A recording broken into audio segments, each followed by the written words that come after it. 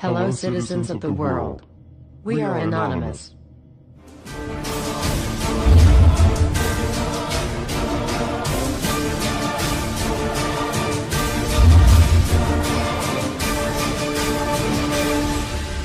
Guess what, world? We are back. Everywhere you look, corruption. We continue to fight pointless wars over lies, and we are killing innocents and letting our children die in wars just to ensure the Federal Reserve can continue their petrodollar scandal. We are sitting idly by while these crooks continue to loan fake money out to us at interest, stealing our homes, and enslaving our children. Let me make this extremely clear to all of you listening. Many corporations, especially the Federal Reserve, used the government to steal $17 trillion from your children. Your children did not have that money. They are now debt slaves. These people have stolen money from your children that are not even born yet, and sold their freedoms. They have enslaved you and many around the world. Wake up, world.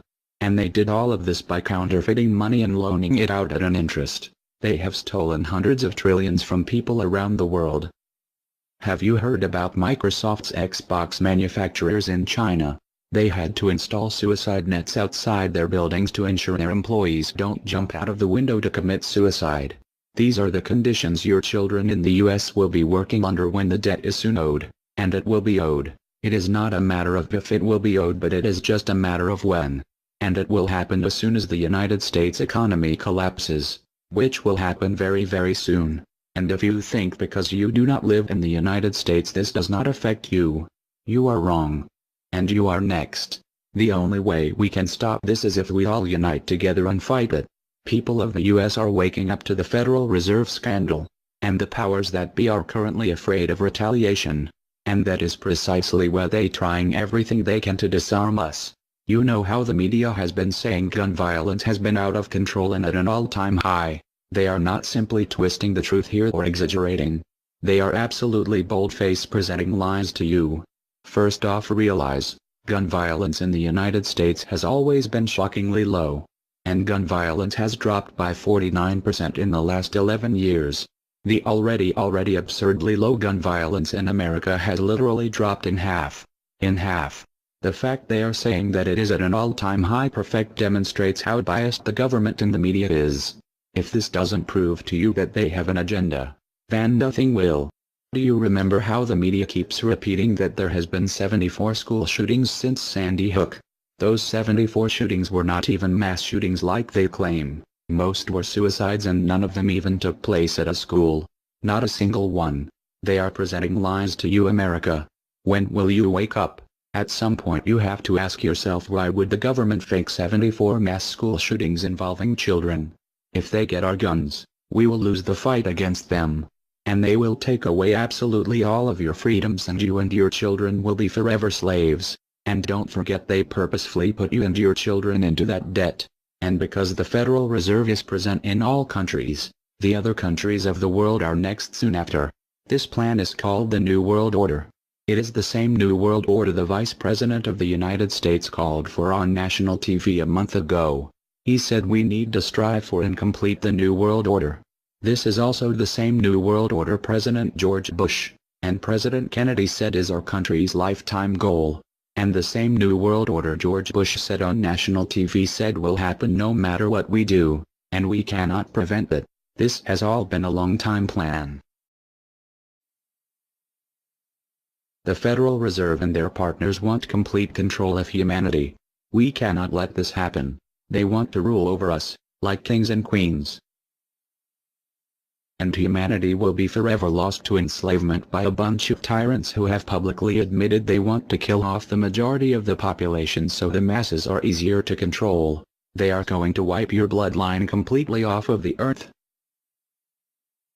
He'll tell you the order of things to happen.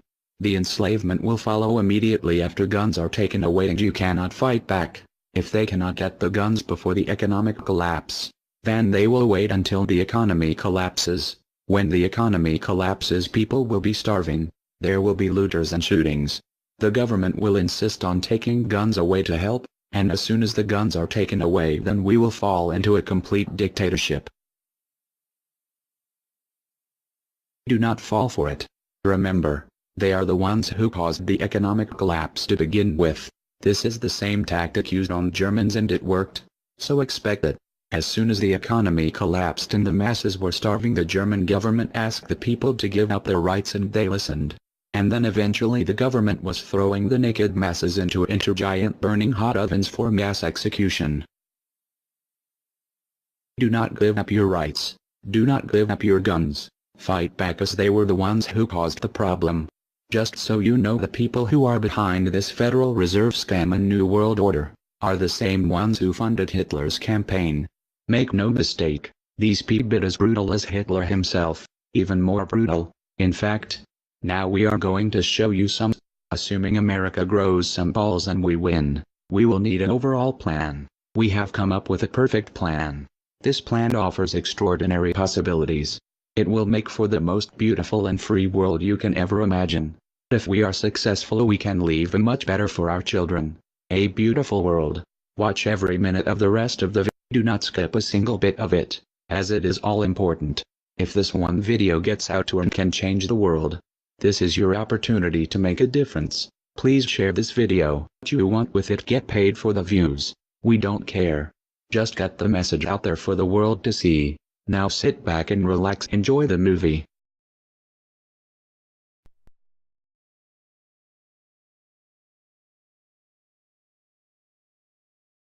To you? Makes perfect sense. Okay. Anybody else want to throw anything out at us?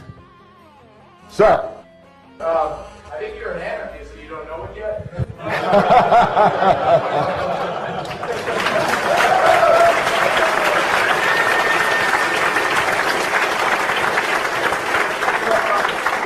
Do you hear me denying anything?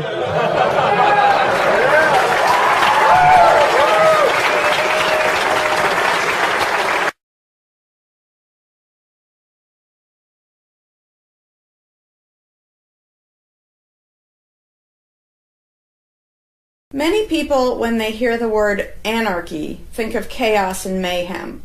So they assume that an anarchist must be in favor of disorder and violence. That is the complete opposite of the truth.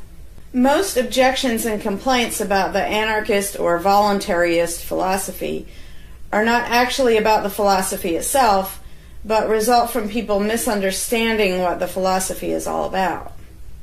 To illustrate a few points, we will use the example of two fictional islands. Authoritania, where there is a ruling class or government, and anarchia, where there is no ruling class of any kind. We will use these islands to examine several common misconceptions about anarchism. Lots of people think anarchy means every man for himself, or survival of the fittest, or the absence of any social cooperation or organization. They think that anarchy means everyone has to be self-sufficient. This comes from the false assumption that some kind of government is necessary for any organization to occur. Whether it's part of a republic, a democracy, a kingdom, or a dictatorship, a ruling class issues orders called laws and punishes anyone who disobeys them. That is not cooperation. That's domination. It's one group forcing its will on another. Authoritarianism can be used to force people into organized patterns, but that does not mean that people are incapable of organizing their activities without being forced. The most productive and useful examples of organization that we see today are anarchistic in nature. No one was forced to build the grocery store you go to. No one was forced to produce or sell anything in it. Everyone involved in the vastly complex operation of growing your food, transporting it, displaying it in the store, and selling it to you, everyone involved participates voluntarily, working in exchange for money. You and all the other store customers choose freely which store to go to and what to spend your money on. This purely voluntary arrangement allows for an amazingly complex degree of organized cooperation without anyone being coerced to participate. In contrast, under government, a very small group of people comes up with an idea and forces everyone else to participate in it and provide for its funding with tax dollars. In the authoritarian version of a supermarket, the ruling class would tell people what to produce and how much, what prices to charge, and they would tell customers what they must buy and what they must pay. Anyone who did not comply with the centralized master plan would be punished in some way. That is how government does things. Which one of these would you prefer? Another common but incorrect assumption is that if there were no ruling class or no government, people would have no way of defending themselves against common criminals or foreign invaders. Again, this is simply not true. The government version of protection is inherently hypocritical. Governments will use their hired law enforcers to find and lock up some of the private thugs and thieves and prevent them from preying on people. But every ruling class gets the money for its operations by way of taxation, demanding money from its subjects and punishing those who don't pay up. Oddly, every ruling class insists that it needs to be able to forcibly control and extort money from people in this way in order to protect them from private criminals who might try to forcibly control and extort them. In contrast, if there is no government, people do not lose their inherent right to defend themselves from violence or to defend what they have from those who would take it. Every person has this right, and they also have the right to organize and cooperate with each other to exercise that right. Organizing for mutual defense does not require any government-granted laws or authority. No one wants to be attacked or defrauded, and everyone wants to feel safe. Whether each person takes this on himself or herself individually, or whether they hire and organize others to do it on their behalf, it can be done on a voluntary basis. Those who insist that government is necessary often claim that if there wasn't a government, then smaller private gangs would spring up to enslave and rob people.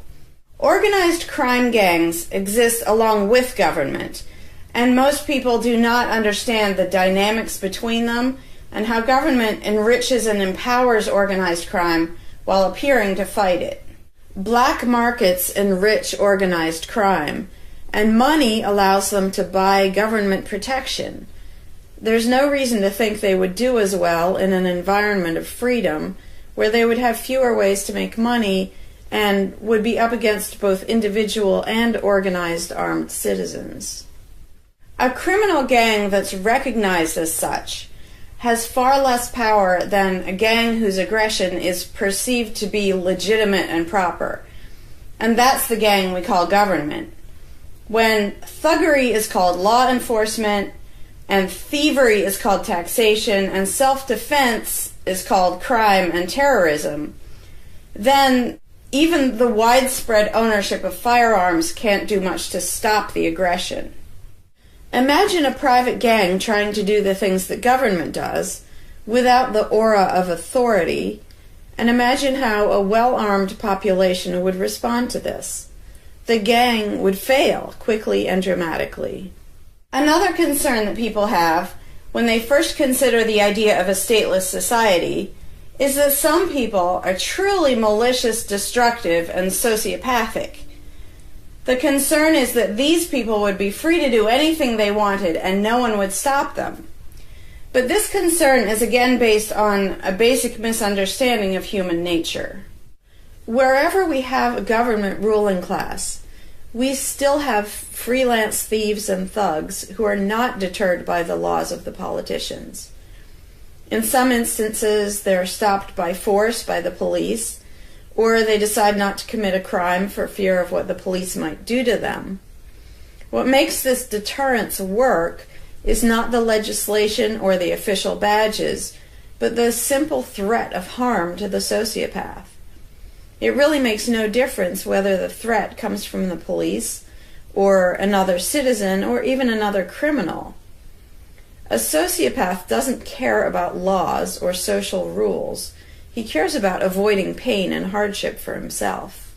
This is still true when a government ruling class is not involved at all. If the intended target of a would-be carjacker pulls out a gun, it doesn't make any difference to the carjacker whether that person has a badge or whether there's a law against taking people's cars. Discouraging nasty people from hurting others does not require special authority, only the ability to use defensive force. Ironically, though people hope that government will protect them, having a government, a gang which is believed to have the right to tax and control people, just creates one gang so big and powerful that normal people can't resist it.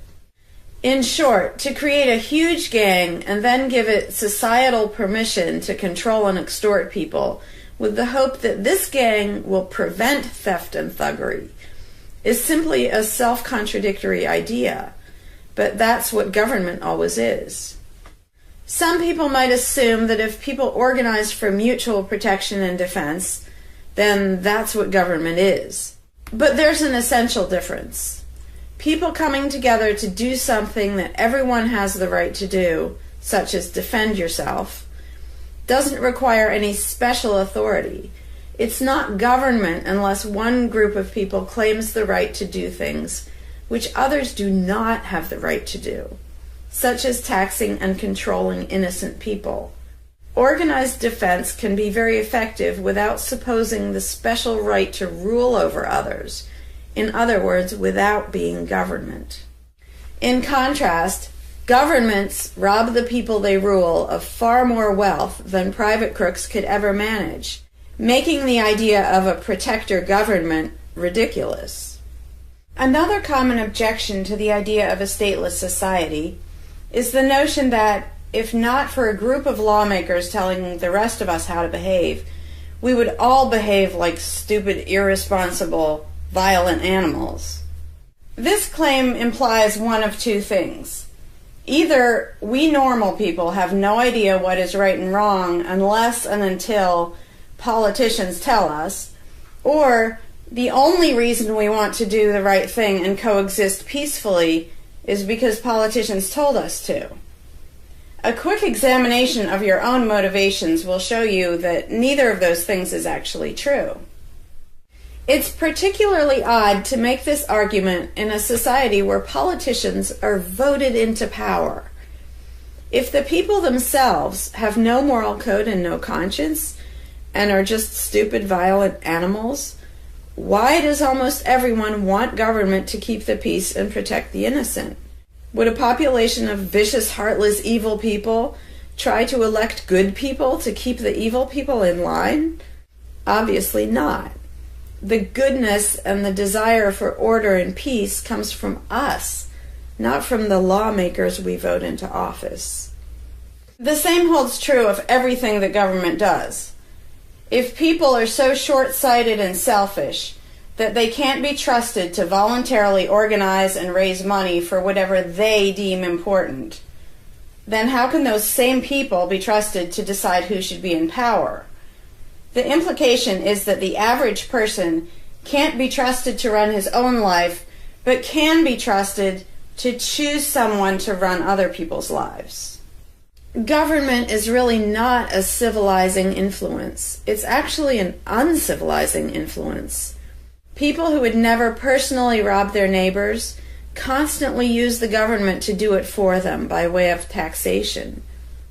People who would never dream of trying to control minute details of their neighbors' lives think it's just fine to vote for politicians to do it instead.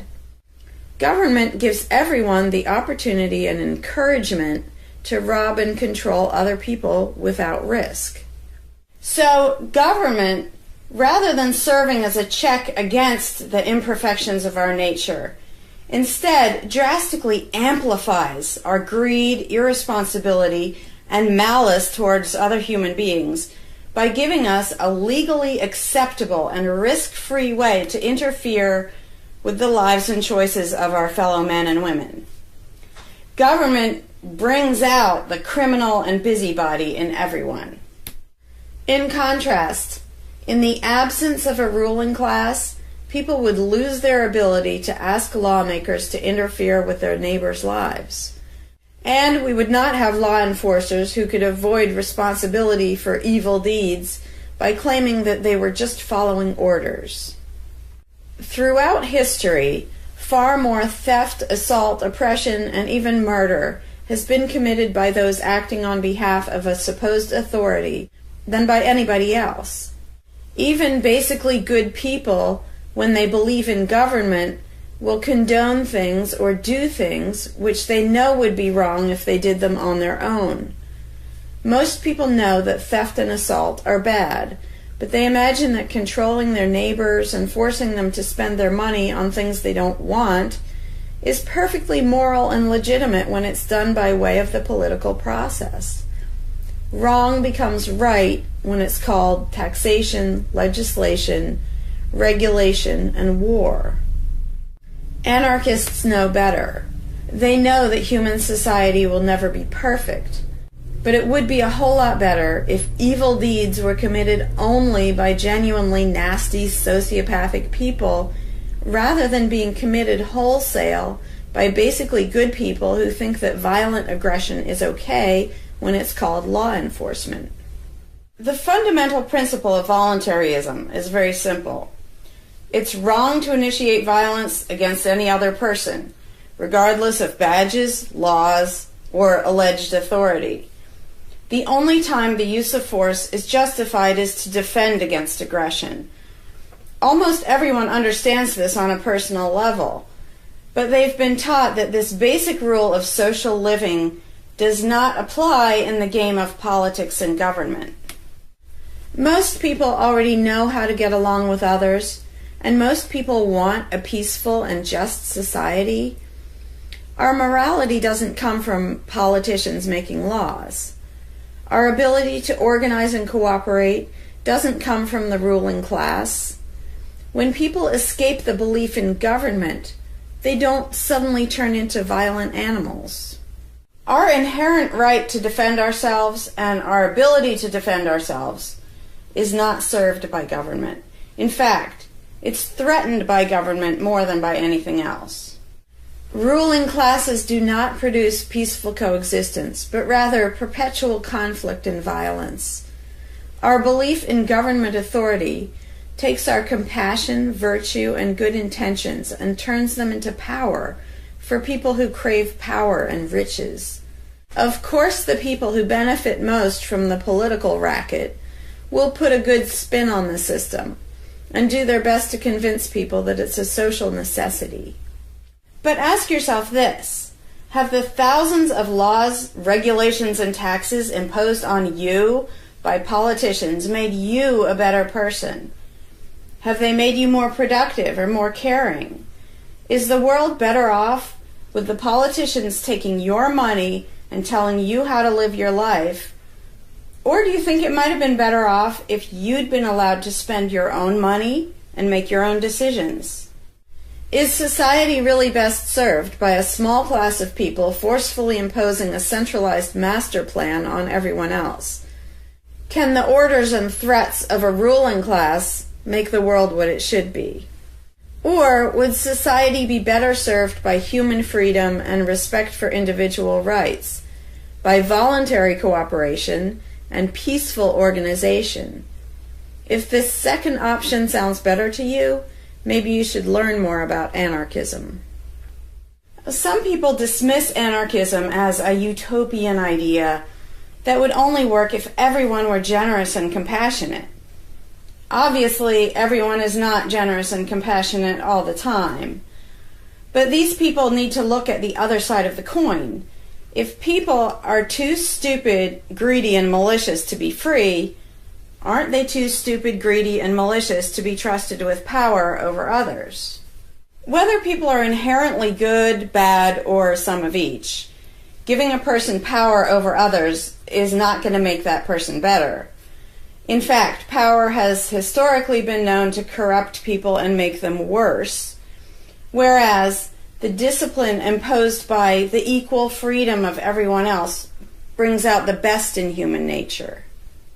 Most people today think that we need some form of government because they mistakenly believe that obedience to authority makes us all more civilized, moral, and peaceful.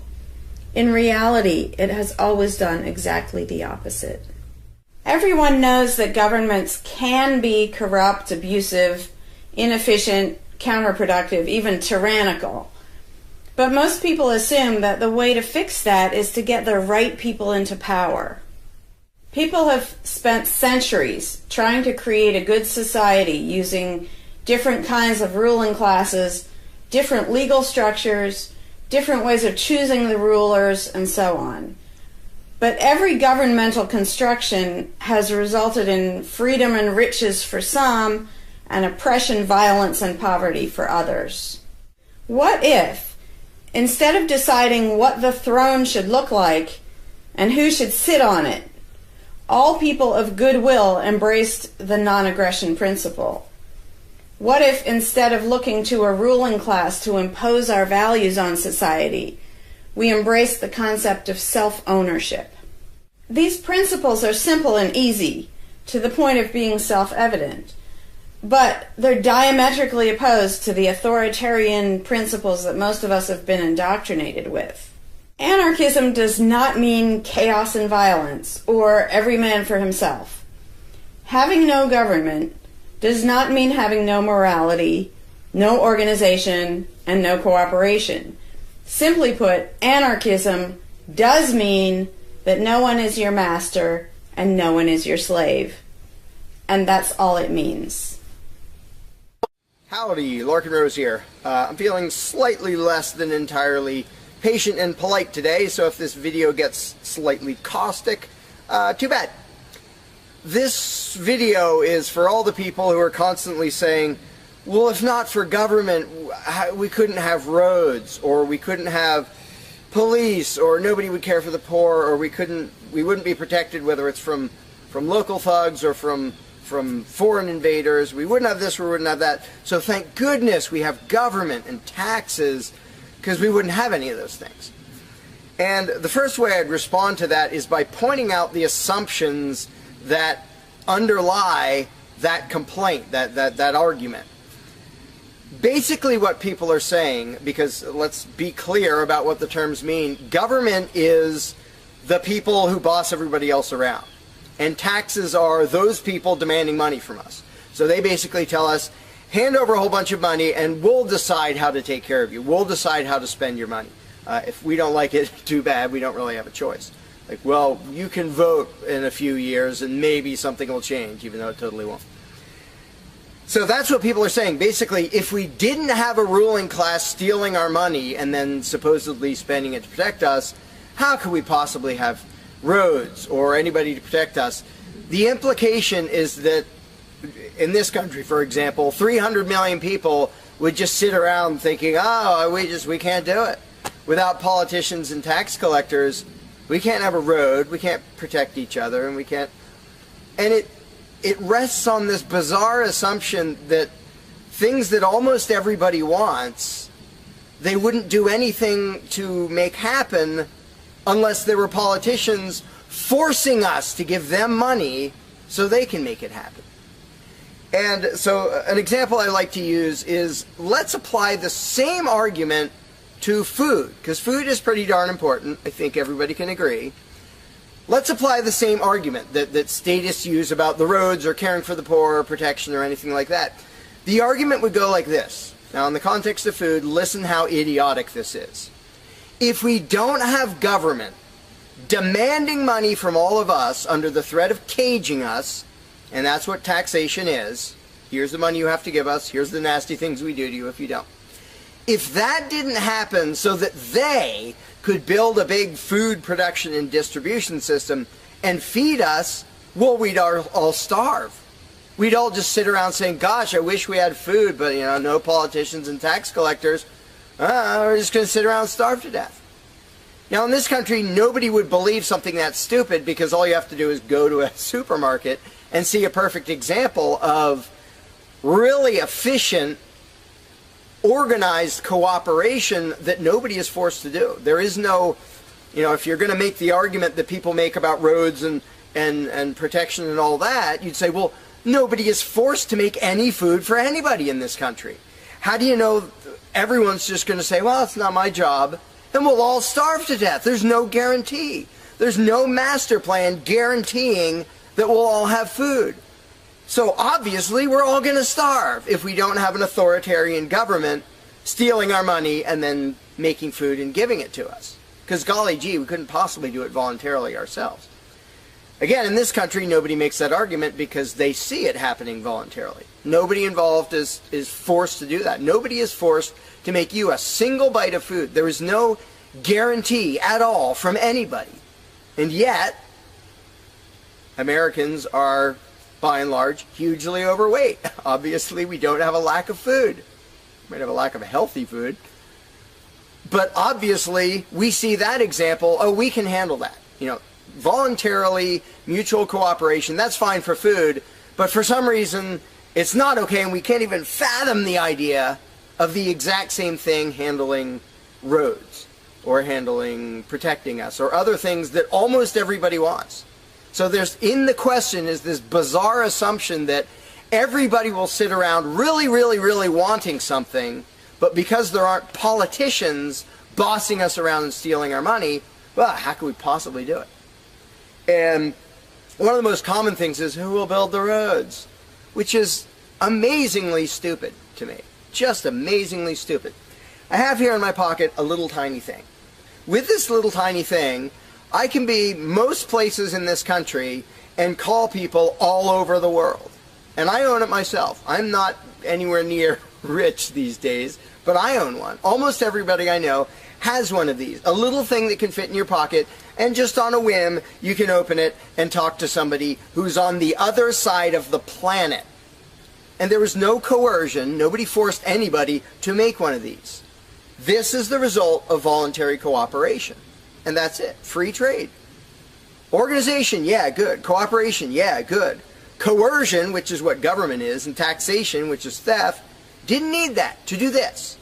So what these people are telling me, oh, we wouldn't have roads if we didn't have government, is that somehow free individuals, relatively free, interacting voluntarily can make it so I can talk to almost anybody in the world on a little thing that fits in my pocket on a budget that is not a very good budget at the moment, but I still have one of these. That freedom, not authoritarianism, can supply me with this, but freedom cannot achieve a flat place. Because that's what a road is. It's a flat place. From here to there, because we have these machines that take us from here to there. By the way, we don't have those machines because of government. We have those machines because of free enterprise and voluntary interaction and cooperation. The idea that freedom can make a car but can't make a flat place is just idiotic. You really think we can't make a flat place? And so I ask people, and they say, well, who will build the roads? Are you really telling me that you really and truly think that if government fell off the face of the earth, 300 million people in this country, 7 billion if you want to include the whole planet, would sit around in their houses thinking, golly, I wish I could go visit Fred, but I can't because there's not a flat thing for me to him, and I don't know how to do it. And the other 300 million or 7 billion people, we can't possibly do it because there aren't any politicians and tax collectors. If they were here, we could do it. If they were here to boss us around and steal our money and really inefficiently build a flat place, then we'd be set. Then I'd be comfortable and I could be confident that I could get places. I could visit Fred. I could go shopping. But now we're all going to sit in our houses wishing we could go to the corner store, but we can't because, golly, how could we possibly make a flat place from here to there? We can make these where you can talk to anybody in the world. We can make machines that you drive around in, but no, we couldn't possibly make a flat place. And when people say, well, who will build the roads? The first answer is the same damn people who do it now. Politicians and tax collectors don't build the friggin' roads. Have you ever seen one out there? No, you haven't. They steal our money, waste most of it, do all their corrupt games, and then they pay other people. Here's an idea. How about if we pay those other people who actually build the stinking road? And the fact that that doesn't occur to people is a great indication of how well indoctrinated people are by the rulers who will perpetually tell us, you can't organize anything, you can't achieve anything, you can't do anything unless we are here to force it on you. And it's, again, there are a zillion examples, whether it's caring for the poor or protection or roads, obviously. where most of the population will say, I'm really concerned that poor people won't be taken care of, which means most of the population wants people in need to be taken care of. And if we didn't have politicians stealing our money, how would it happen? Here's an idea. Take some money out of your pocket and give it to one of the people that you think needs help. Why would you not comprehend that, but you would comprehend some guy 1,000 miles away passing a law to send an armed thug to take your money, to waste 90% of it, and then give a little bit to somebody who may just be defrauding the system or may actually need it? And the amount of indoctrination required to make people even ask these questions of how could we possibly do this without government? What do you think government adds to the equation? It doesn't add any resources. It doesn't create anything. Everything it gives away, it steals from us first, by way of taxation. It doesn't add any skills. It doesn't add any knowledge. The people who are here would still be here if the institution of government fell over. We have all the know-how, we have all the resources, all the technology. The only thing it adds is one group that's imagined to have the right to violently assault and control and extort everybody else. So what the question really means is, how can we have a road, or how could I help that poor, or how could that poor person be helped, or how would anybody protect us if there wasn't a gang of thugs with permission to violently control and rob us? And when you recognize that that is literally what the question means, you already see how utterly idiotic it is. And it's completely the result of authoritarian statist indoctrination. Nobody would come up with that on their own. And you obviously don't see that with the example of food or cars or cell phones or anything else. Nobody says, we won't be able to talk to each other unless there's a gang of thugs that's allowed to boss us around and steal our money. And just economically, how stupid do you have to be to think that's a good idea? Here are your choices. Let's do this. I'll give you these two choices for how you will be fed from now on. Either you can go spend your own money wherever you want. You can go to the supermarket or the local this or the local grocery, whatever you want. You can go decide what you want, and they'll tell you the price. You decide what you're going to buy and how much. And you can go to different places, and you can shop around, and you can do all that. That's option number one. But let me warn you, option number one does not give any guarantee that you will be fed. There's no master plan forcing people to feed you. So, oh my gosh, you better be really scared of that option, despite the fact that you can do it day after day, and it works really darn well and feeds pretty much not only this country, but with a massive surplus. So that's option number one that apparently statists are scared of. Option number two is politicians will take as much money of yours as they decide to take. Then they will decide what, if anything, they will buy with that money in terms of food to give to you, to feed you. Do you really think that will serve you better, that will feed you better? Yeah, I'm much more comfortable that I'll have I'll be fed, I'll be secure, everything will be okay. If a gang of thugs who doesn't really care about me steals my money and then decides what, if anything, to give me back from what they stole. But that is implied in the question, whatever you put in the blank. How are we going to have blank if not for government? What you're saying is, how can we, the people who really want roads and food and cell phones and protection and all the things that almost everybody wants, how can we possibly have that unless we give someone permission to steal our money and boss us around and then decide what they're going to give us? And the same thing applies no matter what you put in the blank. How will we possibly do blank without government? One of the silly ones is caring for the poor. How will we care for the poor? Think of what that means. Like when more than half the country votes for a party to take care of the poor, it's more than half of the country saying, we're really concerned and we want to make sure that the less fortunate are taken care of, but we don't believe that normal people acting in freedom will take care of them. Well, if the people didn't care about the poor, they wouldn't win the election. By definition, if you vote for a welfare state, you're an idiot. Because either people are heartless bastards and you're going to lose, or people are compassionate and giving and you don't need to win. Just give them your stinking money. But people play the game, and that's the Democratic Party lives off of the idiotic notion that you're all so heartless that you should vote for us to steal your money to give to the poor. And half the country falls for it. Yeah, we're all so heartless that we voted you into office for the specific purpose of taking our money to help the less fortunate. That's just freaking brilliant. How about if half the country just gave their stinking money to the less fortunate? And then the less fortunate would all be rich, because it would be 1 trillion times more efficient than the government version of welfare ever is. Also, it would be actual charity instead of mass theft and corruption and fraud and all that fun stuff. But what takes the cake, the ultimately insane thing, whatever you put in that gap, how can we have blank without a parasitic ruling class and a bunch of hired thieves? It's just a stupid question, but it's extra super stupid when what's in the blank is, how will we be protected? Who will protect us from thieves and robbers if we don't have government? It's the most idiotic question. It's also the most frequent question from statists. So here's what the question literally means. If we don't give a certain gang of people permission to violently control us and take our money under threat of putting us in a cage, who will protect us from people who might commit aggression against us and take our money? Wanting government for that is exactly as brilliant as saying, we have to have a carjacker in our town, otherwise somebody might steal our cars. Government is an appointed thief. If you don't think taxation is theft, first of all, you're a really well-trained slave. Second of all, try not paying. See what happens. See if they say, oh, that's quite all right. Or if they say, no, you're going to pay, or we're going to take your stuff, or eventually we'll put you in a cage. And when people say, that's not theft, because we get something back.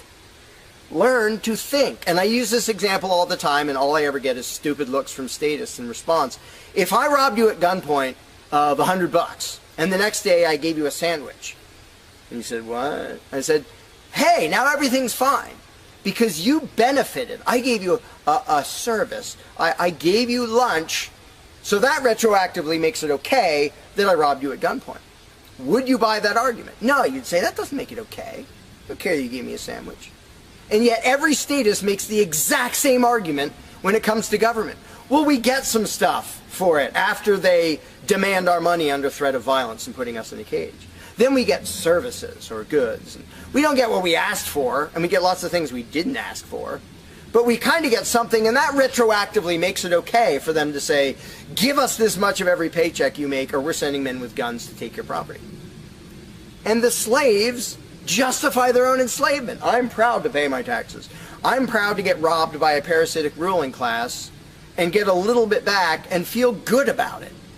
Like, not only is that legitimate and justified, but I feel proud that I let myself get robbed by a bunch of crooks and parasites. But again, the ultimate thing is protection. When people say, who will protect us from aggressors and thugs and thieves if we don't have a government? Even though what government is, by its very nature, is a gang of aggressors and thugs and thieves. They issue commands. Every law they pass is a command backed by a threat of violence. You have to do this. You're not allowed to do that. Here are the nasty things we will do to you if you get caught disobeying. I mean, everybody knows that, even though they don't usually say it in terms that blunt and honest and accurate. But to say we need taxes to be protected is as stupid as you can get. It's saying we need theft to avoid theft. And the fact that people are trained to use different words so that this theft sounds okay. It's legalized, it's taxation, and we voted for the people who robbed us. Like, we got to elect our local carjacker, and that means he represents us when he demands our car and points a gun in our face. He's serving us as he steals our car, because he's going to use that car and sell it and make money to make sure nobody else steals our car. That is the essence of government. And the fact that you have hundreds of millions of victims of that scam vehemently defending it and saying, I'm not going to give that up. I don't want to give up government. Who would protect us? I don't want to give up the biggest aggressor on the planet, the biggest thief on the planet. Look at your tax bill and see how much private crooks steal from you. So before you ask that question, before you ask, how could we possibly have roads or protection or water or air or Christmas or Santa Claus or any of the zillion things that statists imagine we can't possibly have without a ruling class. Think about what the question actually means. Because when you get to the point where you understand the implications of your own question, asking, how can we possibly have this without a parasitic gang of thugs robbing us? When you actually understand what you're really asking, you won't ask the question because you will realize it's completely freaking idiotic.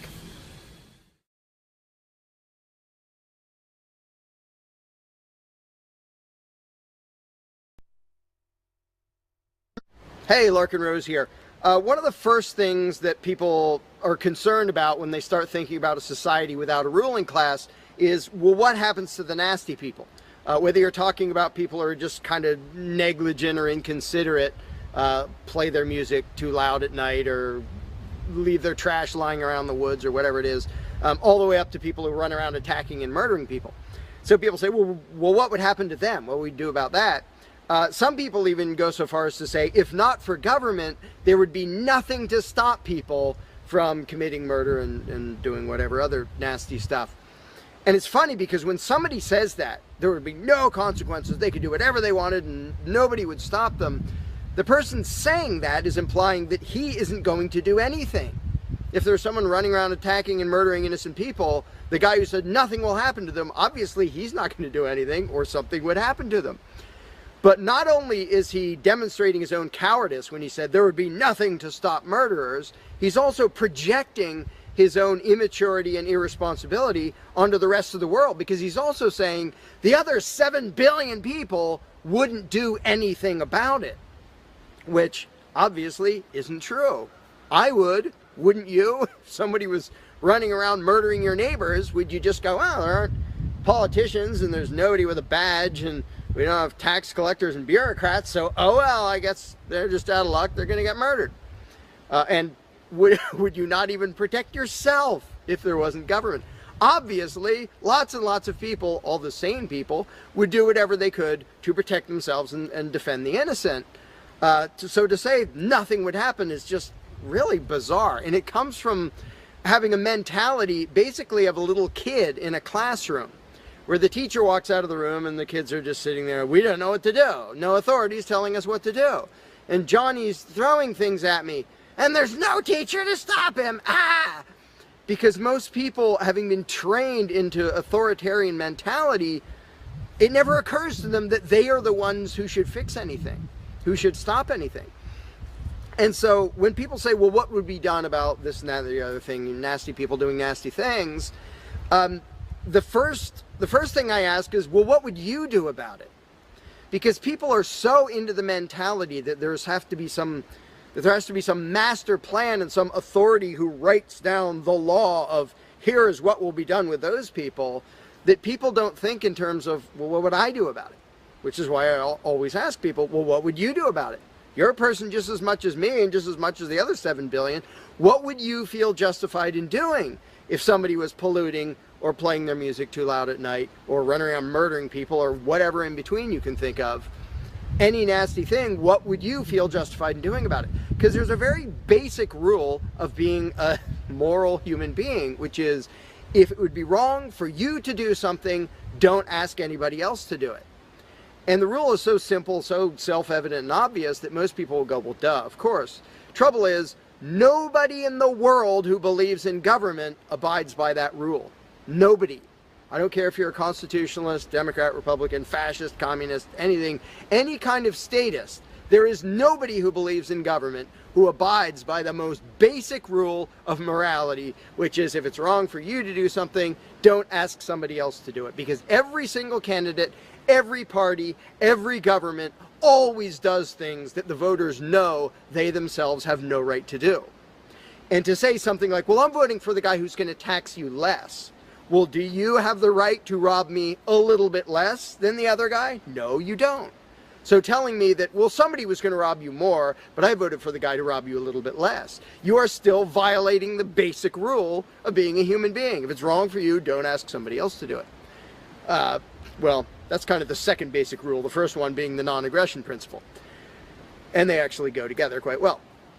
But when people are in the mindset that there's going to be some major centralized plan to deal with whatever, polluters or people who play their music too loud or murderers or whatever else, they have to get out of that mindset. They have to start to think that maybe they are among the people who have to do something about it. So instead of saying, what will be done about such and such, well, what will you do about it? What should I do about it? And this doesn't magically make all the problems go away, but the actual practical challenge of dealing with most disputes is trivial compared to the challenge of getting people to think like responsible adults, where they start to think, well, maybe it's up to me. And a while back I did little events called Escaping the Myth, and one of the little mental exercises I did with these little groups of people is, imagine we're on an island and we're it. There's no government, there's no authority, there's nobody with a badge, and one of us is running around stealing stuff from other people. He's not killing anybody, but he's stealing stuff. What are we going to do about it? We normal people. There's not a legislature, there's not 911 to call, there's nobody with a badge, it's just people. And so with that specific example, I would ask people, so what do we do? And just off the top of their heads, everybody comes up with solutions that are way better than what government ever does. First of all, every government solution is, all right, step one, I get to rob everybody. That's the government solution. Well, we're going to tax everybody so we have the resources to stop that other robber. Well, in the island scenario, nobody is stupid enough or insane enough to start with that, to say, well, let's see, so somebody's stealing our stuff. Okay, first, I get to rob all of you so that I have the resources to protect you from him. Nobody is that insane. Everybody is insane enough to believe that who believes in government. And I did for many years. I was stupid enough to actually think that it was rational and moral to advocate mass extortion in order to protect people. And that's just stupid. So I just believed something insanely stupid for a very long time. Most of the world still believes that. But in a setting where people are put on the spot and they're responsible for what happens, they don't do that. They don't say, well, I get to boss everybody around and take their money. Nobody does that. So to me, the challenge is not even coming up with specific solutions to every imaginable dispute or problem, which I don't pretend to know how everything's going to turn out. And I don't intend to be emperor of anarchy. I'm not going to be in charge of the world. But getting people to the mindset where it's up to them, where there's just people, we're it.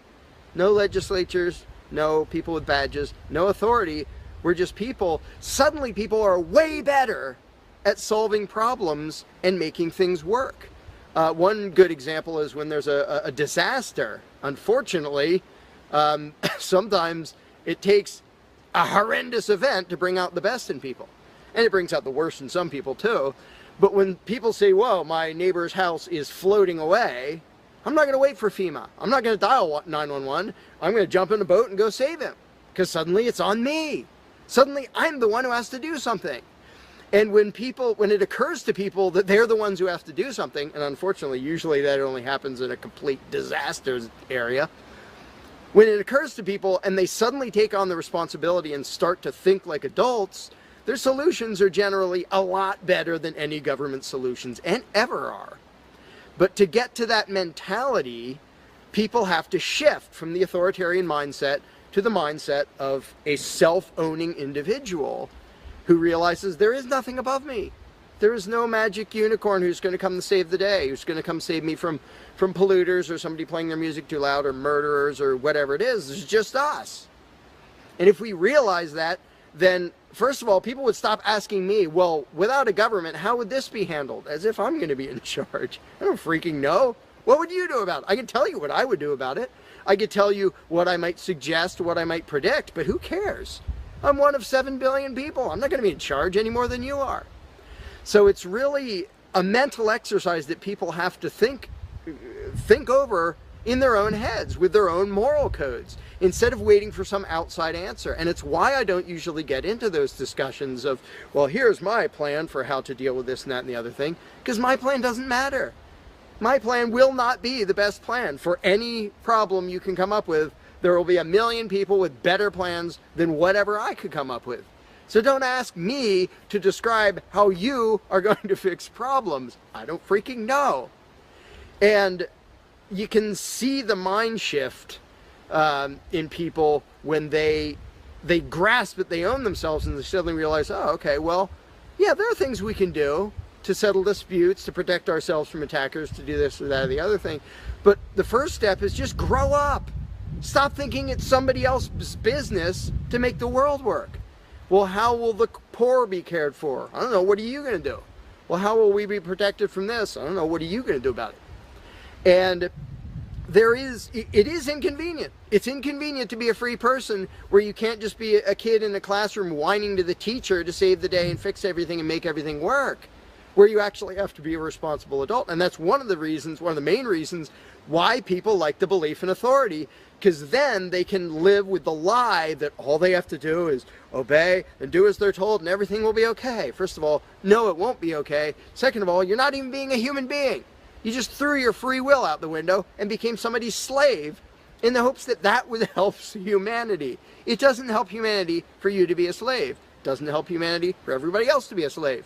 It does help humanity for you to start thinking as an adult, responsible human being who owns himself and who accepts that it is your responsibility to figure out how to make the world work.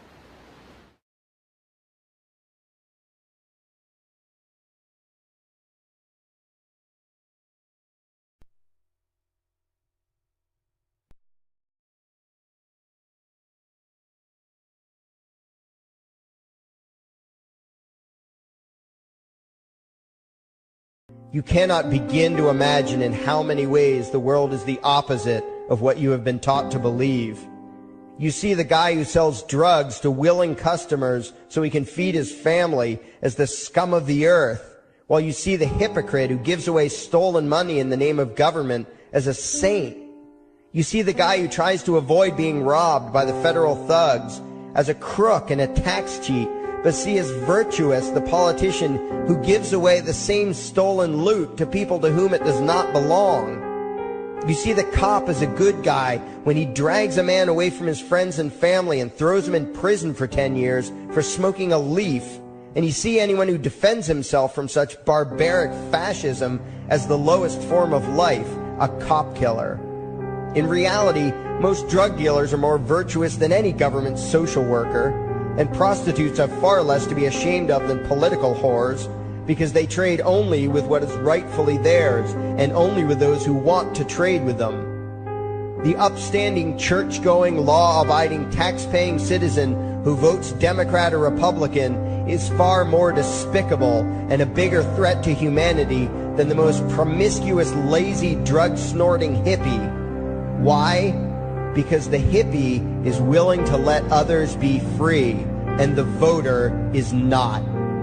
The damage done to society by bad habits and loose morality is nothing compared to the damage done to society by the self-righteous violence committed in the name of the state. You imagine yourselves to be charitable and tolerant when you are nothing of the sort. Even the Nazis had table manners and proper etiquette when they weren't killing people. You think you're good people because you say please and thank you? You think sitting in that big building on Sunday makes you noble and righteous? The difference between you and a common thief is that the thief has the honesty to commit the crime himself, while you whine for government to do your stealing for you. The difference between you and the street thug is that the thug is open about the violence he commits, while you let others forcibly control your neighbors on your behalf. You advocate theft, harassment, assault, and even murder, but accept no responsibility for doing so.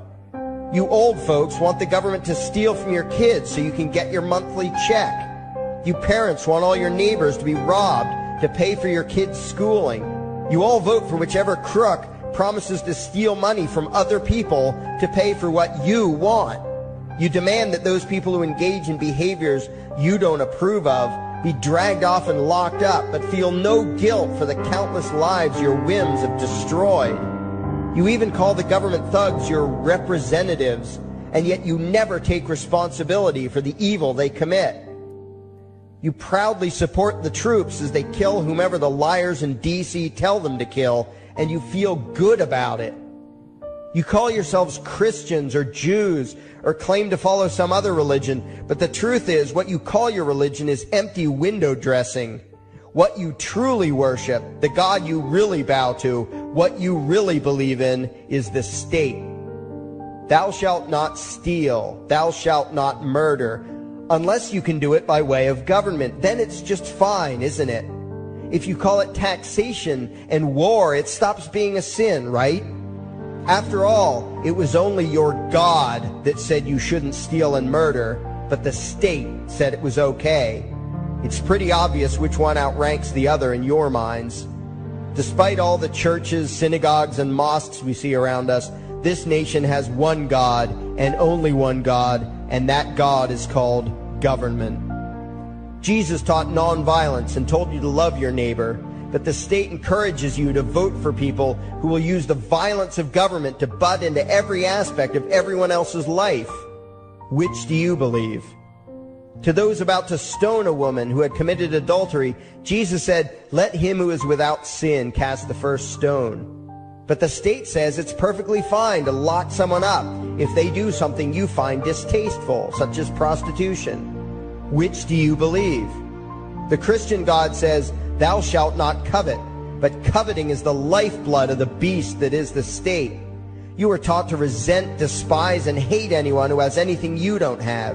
You clamor for the state to tear other people down, steal their property, and give it to you. And you call that fairness. The Bible calls it coveting and stealing. You are not Christians. You are not Jews. You are not Muslims. And you certainly aren't atheists. You all have the same God, and its name is government. You're all members of the most evil, insane, destructive cult in history. If there ever was a devil, the state is it, and you worship it with all your heart and soul. You pray to it to solve every problem, to satisfy all your needs, to smite your enemies, and to shower its blessings upon you. You worship what Nietzsche called the coldest of all cold monsters, and you hate those of us who don't. To you, the greatest sin is disobeying your God, breaking the law, you call it, as if anyone could possibly have any moral obligation to obey the arbitrary commands and demands of the corrupt, lying, delusional megalomaniacs who infest this despicable town. Even your ministers, priests, and rabbis, more often than not, are traitors to their own religions, teaching that the commands of human authority should supersede adherence to the laws of the gods they say they believe in. Several years ago, I heard one pompous evangelical jackass in particular pontificating on the radio that anyone who disobeys the civil authority, be it a king or any other government, is engaging in rebellion against God. Those were the exact words he used. What if the government is doing something wrong? Well, this salesman for Satan opined, that is the business of those in government, and you are still obligated to obey. Everywhere you turn, be it the state or the church, the media or the schools, you are taught one thing above all else, the virtue of subjugating yourselves to mortals who claim to have the right to rule you. It is sickening the reverence with which you speak of the liars and thieves whose feet are so firmly planted on your necks. You call the congressmen and the judges honorable, and you swoon at the magnificence of the grandiose halls they inhabit, the temples they built to celebrate the domination of mankind. You feel pride at being able to say you once shook a senator's hand or saw the president in person. Ah, yes, the grand deity himself, His Royal Highness, the President of the United States of America. You speak the title as if you're referring to God Almighty. The vocabulary has changed a bit, but your mindset is no different from that of the groveling peasants of old who bowed low, faces in the dirt, with a feeling of unworthiness and humility when in the presence of whatever narcissist had declared himself to be their rightful lord and master. The truth of the matter, back then and today, is that these parasites who call themselves leaders are not superior beings. They are not great men and women. They are not honorable. They're not even average. The people who earn an honest living, from sophisticated millionaire entrepreneurs to illiterate day laborers doing the most menial tasks you can imagine, Those people deserve your respect. Those people you should treat with courtesy and civility. But the frauds who claim the right to rule you and demand your subservience and obedience, they deserve only your scorn and contempt. Those who seek so-called high office are the lowest of the low. They may dress better, have larger vocabularies, and do a better job of planning out and executing their schemes, but they are no better than pickpockets, muggers, and carjackers. In fact, they are worse, because they don't want to rob you of just your possessions.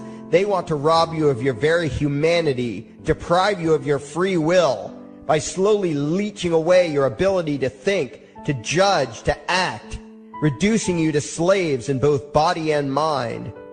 And still you persist in calling them leaders. Leaders? Where is it that you think you're going exactly that would require you to have a leader? If you just live your own life and mind your own damn business, exercising your own talents, pursuing your own dreams, striving to be what you believe you should be, what possible use would you have for a leader? Do you ever actually think about the words that you hear, the words that you repeat? You parrot oxymoronic terms such as the leader of the free world, even pretending for a moment that there is some huge journey or some giant battle that everyone in the entire nation is undertaking together that would require a leader. Why would you ever think, even for a moment, that the crooks that infest this town are the sort of people you should listen to or emulate or follow anywhere? Somewhere inside your mostly dormant brains, you know full well that politicians are all corrupt liars and thieves, opportunistic con men, exploiters, and fearmongers. You know all this, and yet you still speak as if you are the ones who are the stupid, vicious animals, while the politicians are the great, wise role models, teachers, and leaders without whom civilization could not exist. You think these crooks are the ones who make civilization possible? What belief could be more absurd? Yet when they do their pseudo-religious rituals, deciding how to control you this week, you still call it law, and continue to treat their arbitrary demands as if they were moral decrees from the gods that no decent person would ever consider disobeying. You have become so thoroughly indoctrinated into the cult of state worship that you are truly shocked when the occasional sane person states the bleeding obvious. The mere fact that the political crooks wrote something down and declared their threats to be law does not mean that any human being anywhere has the slightest moral obligation to obey.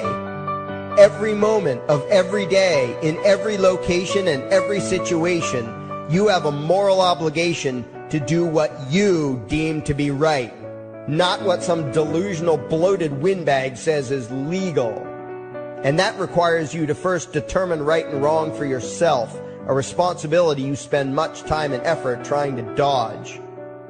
You proclaim how proud you are to be law-abiding citizens and express your utter contempt for anyone who considers himself above your so-called laws, laws that are nothing more than the selfish whims of tyrants and thieves. The word crime once meant an act harmful to another person. Now it means disobedience to any one of the myriad of arbitrary commands coming from a parasitical criminal class. To you, the term crime is nearly synonymous with the word sin, implying that the ones whose commands are being disobeyed must be something akin to gods, when in truth they are more akin to leeches. The very phrase, taking the law into your own hands, perfectly expresses what a sacrilege it is in your eyes for a mere human being to take upon himself the responsibility to judge right from wrong and to act accordingly, instead of doing what you do, unthinkingly obeying whatever capricious commands this cesspool of maggots spews forth. You glorify this criminal class as lawmakers and believe that no one is lower than a lawbreaker, someone who would dare disobey the politicians. Likewise, you speak with pious reverence of law enforcers, those who forcibly impose the politicians' every whim upon the rest of us. When the state uses violence, you imagine it to be inherently righteous and just, and if anyone resists, they are, in your eyes, contemptible lowlifes, lawless terrorist criminals. Like the lawless terrorist criminals who helped slaves escape the plantations. Like the lawless terrorist criminals who helped Jews escape the killing machine of the Third Reich. Like the lawless terrorist criminals who were crushed to death under the tanks of the Red Chinese government in Tiananmen Square. Like all the lawless terrorist criminals in history who had the courage to disobey the never-ending stream of tyrants and oppressors who have called their violence authority and law. And that includes the lawless terrorist criminals who founded this country. Everything you think you know is upside down, backwards, and inside out. But what has to take the cake, the height of your insanity, is the fact that you view as violent terrorists the only people on the planet who oppose the initiation of violence against their fellow men. Anarchists, voluntarists, and libertarians. We use violence only to defend ourselves against someone who initiates violence against us. We use it for nothing else. Meanwhile, your belief system is completely schizophrenic and self-contradictory. On the one hand, you teach the young slaves that violence is never the answer. Yet out of the other side of your mouths, you advocate that everyone and everything, everywhere and at all times be controlled, monitored, taxed, and regulated through the force of government. In short, you are teaching your children that the masters may use violence whenever they please, but the slave should never resist. You indoctrinate your children into a life of unthinking, helpless subservience. You are putting the chains around their little necks and fastening the locks tight. And worst of all, you feel good about it. Out of one side of your mouths, you condemn the evils of fascism and socialism and lament the injustices of the regimes of Hitler, Stalin, and Mao. While out of the other side of your mouths, you preach exactly what they did. The worship of the collective, the subjugation of every individual to that evil insanity that wears the deceptive label, the common good. You babble on and on about diversity and open-mindedness, and then beg your masters to regulate and control every aspect of everyone's lives, creating a giant herd of unthinking conformist drones. You wear different clothes and have different hairstyles, and you think that makes you different. Yet all your minds are enslaved to the same club of masters and controllers. You think what they tell you to think and do what they tell you to do while imagining yourselves to be progressive, thinking, and enlightened. From your position of relative comfort and safety, you now condemn the evils of other lands and other times while turning a blind eye to the injustices happening right in front of you. You tell yourself that had you lived in those other places, in those other times, you would have been among those who stood up against oppression and defended the downtrodden. But that is a lie. You would have been right there with the rest of the flock of well-trained sheep, loudly demanding that the slaves be beaten, that the witches be burned, that the nonconformists and rebels be destroyed. How do I know this? Because that is exactly what you are doing today. Today's injustices and oppressions are fashionable and popular, and those who resist them, you tell yourselves, are just malcontents and freaks, people whose rights don't matter, people who deserve to be crushed under the boot of authority. Isn't that right? You bunch of spineless, unthinking hypocrites, look in the mirror. Take a good look at what you imagine to be righteous and kind. You are the devil's plaything. The crowds of thousands wildly applauding the speeches of Adolf Hitler, that was you. The mob demanding that Jesus Christ be nailed to the cross, that was you. The white invaders who celebrated the wholesale slaughter of those godless redskins, that was you. The throngs filling the Colosseum, applauding as the Christians were fed to the lions, that was you. Throughout history, the perpetual suffering and injustice occurring on an incomprehensible scale, it was all because of people just like you. The well-trained, thoroughly indoctrinated conformists, the people who do as they're told, who proudly bow to their masters, who follow the crowd, believing what everyone else believes and thinking whatever authority tells them to think, that is you. And your ignorance is not because the truth is not available to you. There have been radicals preaching it for thousands of years. No, you are ignorant because you shun the truth with all your heart and soul. You close your eyes and run away when a hint of reality lands in front of you. You condemn as extremists and fringe kooks those who try to show you the chains you wear because you don't want to be free. You don't even want to be human. Responsibility and reality scare the hell out of you, so you cling tightly to your own enslavement and lash out at any who seek to free you from it. When someone opens the door to your cage, you cower back in the corner and yell, "Close it, close it." Well, some of us are finished with trying to save you. We've wasted enough effort trying to convince you that you should be free. All you ever do is spout back what your masters have taught you, that being free only leads to chaos and destruction, while being obedient and subservient leads to peace and prosperity. There are none so blind as those who will not see. And you nation of sheep, would rather die than see the truth.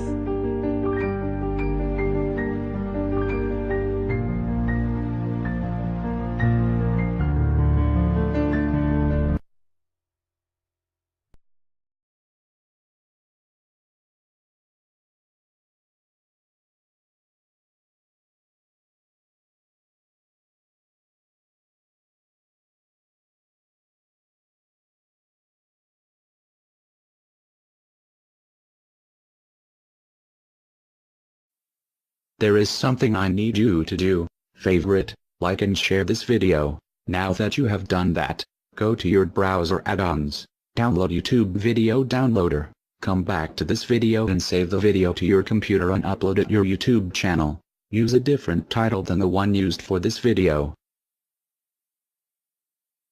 We now have a new YouTube channel. It is called Anarchy World. It's all one word. Subscribe to us. And the videos used in this video were by Larkin Rose, also one word. Look for his channel and subscribe to him as well. Thank you.